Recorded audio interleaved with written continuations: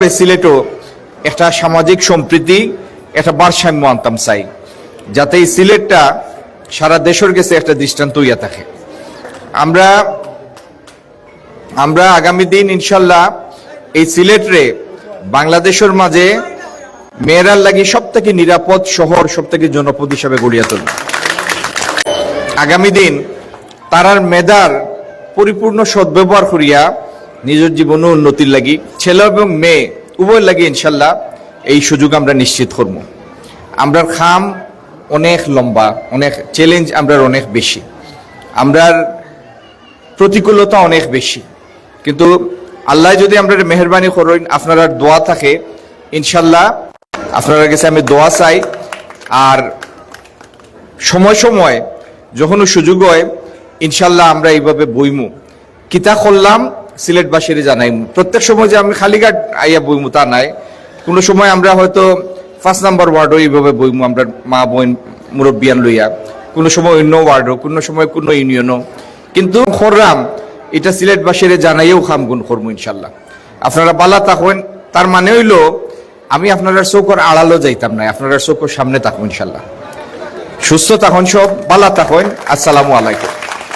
বাসায় প্রকাশ তো মানে বলার মতো না, যেহেতু এই বছর আমরা মানে 18টা সিট আছে, 18টা দানের শীষে জয়যুক্ত করেন।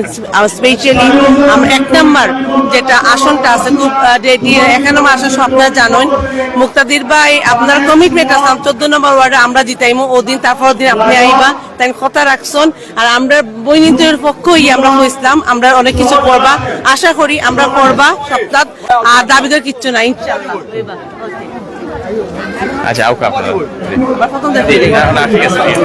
আর এটা সবচেয়ে বড় কথা, আমরা আশা করি মুক্তাদির ভাই এটি ডেডিকেটেড আর অন্য ধরনের চিন্তা ভাবনা, ধ্যান ধারণা। আর আমরা প্রত্যেকটা বৈনিন্তরের ব্যাপারে, মা বোনের ব্যাপারে চিন্তা ভাবনা করছো, অনেক কিছু কিতা করা যায় ইফটিজিং এর ব্যাপারে, বিভিন্ন ইয়ের ব্যাপারে ইনশাল্লাহ আমরা আশাবাদী। আর আমরা করবা, দেখা যাক, আমার বিশ্বাস আমরা বাইয়া করবা, পা লাগতো না ইনশাল্লাহ।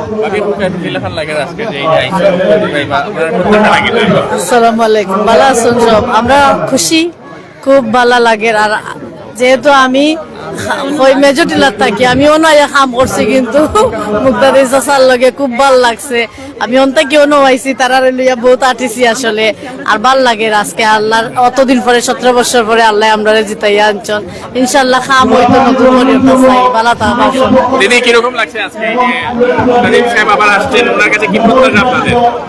তো ভাই মানে ভাষায় প্রকাশ করতাম পারলাম না আর কি, খুব আনন্দ লাগে। তাই যে এবার ইলেকশন হয়েছে, নতটা আসনও আইনিও করছে, আমরা সবাই খুশি। এবং এতদিন যে আমরা মনে হয়েছে যে এটা আমরা হিন্দুরা পূজা আর আপনারা ঈদ, মনে হয় যেন একটা ওরকম আনন্দ আমরা করছি আর কি। এই যে ইলেকশনটা আমরা ইলেকশন করছিলাম, খুব ভালো লাগছে আমাদের।